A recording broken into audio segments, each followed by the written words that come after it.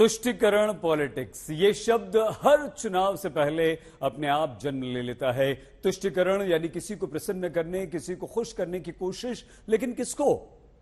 अपनी स्थापना के 8 वर्ष बाद बजरंग दल पर पहली और आखिरी बार केंद्र की तत्कालीन नरसिम्हा राव सरकार ने ही प्रतिबंध लगाया था। यह वर्ष 1992 की बात है। अयोध्या में बाबरी मस्जिद विध्वंस के बाद यह बैन बजरंग दल पर लगा था और उसके 1 वर्ष बाद ये प्रतिबंध भी हटा और उसी वर्ष से बजरंग दल ने अपने संगठन को पूरे देश में मजबूत करना भी शुरू किया। अब आज फिर से बैन का वादा करने की नौबत आखिर क्यों आई, इसे विस्तार से समझिए।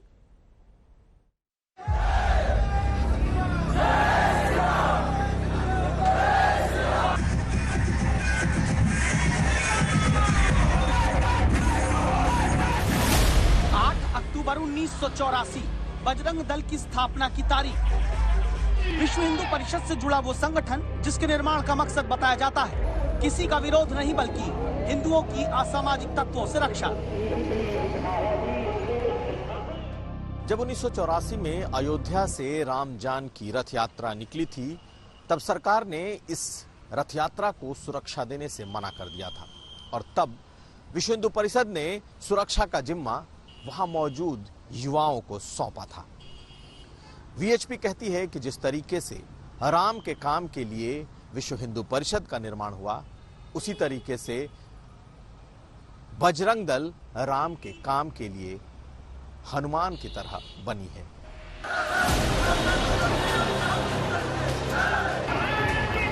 देश में बहुत से लोग बजरंग दल की यू ट्रेनिंग लेती तस्वीरों के साथ खबरों को याद करते हैं। बहुत से लोगों को सिर्फ वैलेंटाइंस डे पर लड़के लड़कियों को पार्क से हटाते, पकड़कर सजा देते ही बजरंग दल का नाम और कार्यकर्ता याद आता है। लेकिन बजरंग दल के मुताबिक संगठन का काम है धार्मिक मंदिरों की सुरक्षा, गोरक्षा, आंतरिक सुरक्षा, सांस्कृतिक प्रदूषण के खिलाफ आंदोलन, बांग्लादेश घुसपैठ के खिलाफ आवाज उठाना।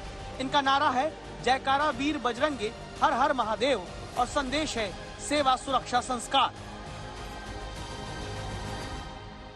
देश में पहले से ही प्रतिबंधित पीएफआई के साथ तुलना कर बजरंग दल को बैन करने का वादा कांग्रेस ने किया है। अब सवाल ये उठता है, कांग्रेस ने ऐसा क्यों किया है? कर्नाटक में बदलते बिगड़ते समीकरणों को अगर देखा जाए तो कुछ राजनीतिज्ञ विशेषज्ञों का मानना है कि कांग्रेस ने भारतीय जनता पार्टी को ये फुल टॉस बॉल दे दी है, लेकिन कुछ का ये भी मानना है कि कांग्रेस ने ये सोच समझकर बजरंग दल को बैन करने का वादा किया है। एक चुनाव किसी भी प्रदेश में, एक चुनाव जनता के मुद्दों पर लड़के दिखाएं।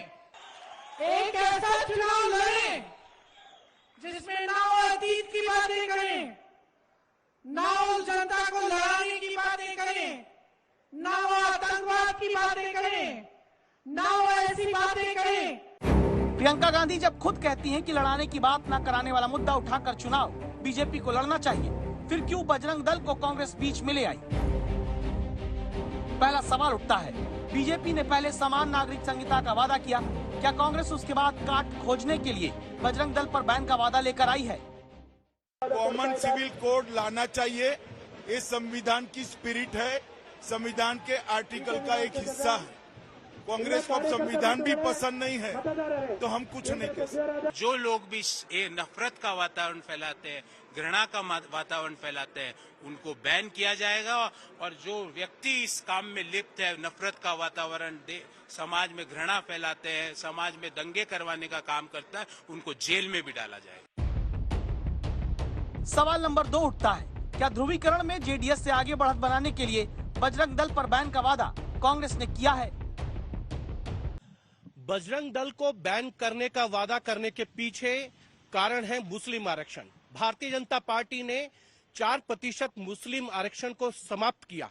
कांग्रेस ने दोबारा सरकार में आने पर आरक्षण देने की बात कही है और यही बात देवेगौड़ा की पार्टी जेडीएस भी कर रही है। जानकारों का मानना है कि कांग्रेस ध्रुवीकरण कर इसमें फायदा लेना चाहती है। बजरंग दल की भी बड़ी विध्वंसक गतिविधियां हैं। ये तो पीएफआई से भी ज्यादा खतरनाक है। जिस दिन निष्पक्ष जांच हो जाए तो पता लगेगा कि बजरंग दल जैसे संगठन की गतिविधि या विध्वंसक गतिविधि पीएफआई से काम नहीं है। संगठन popular front of India Pakistani से जुड़े हैं, अल कायदा से जुड़े हैं, वो बार बैन करने की हिम्मत नहीं था आपको। केंद्र सरकार बैन किया, अभी आप बजरंग दल का बैन करने का बात कर रहे हैं। सवाल नंबर 3 है कि पीएफआई का जिक्र बजरंग दल के साथ करके क्या एक तीर से दो निशाने कांग्रेस ने साधे? क्या आप गौर करिएगा कि कांग्रेस ने अपने घोषणा पत्र में बजरंग दल के साथ पीएफआई का जिक्र किया। पीएफआई पर पहले से ही केंद्र सरकार ने बैन लगा रखा है। ऐसे में अगर कांग्रेस ने पीएफआई का नाम नहीं लिया होता तो उनके वादे भी एक तरफा दिखाई देते। यही कारण माना जा रहा है कि कांग्रेस ने बजरंग दल के साथ पीएफआई पर भी प्रतिबंध का जिक्र कर दिया, ताकि जिससे बजरंग दल पर बैन लगाने का संदेश एक खास वर्ग को दिया जा सके और तुष्टीकरण के आरोप भी न लगे। PFI is already banned. So what is the meaning of saying we will ban PFI? Essentially, they said that we are going to ban Bajrang Dal. And why you are banning Bajrang Dal? What is the criminal charge against them? They are just trying to play the ball on behalf of PFI. कि देखो, आपको that BJP has banned you, so don't worry. We'll take the revenge and we'll ban Bajrang Dal. सवाल number 4 है, मुस्लिम और ईसाई vote एक साथ साधने के लिए बजरंग दल पर प्रतिबंध वाला वादा कांग्रेस ने किया है। कर्नाटका में लगभग 13% मुस्लिम और 2% ईसाई है।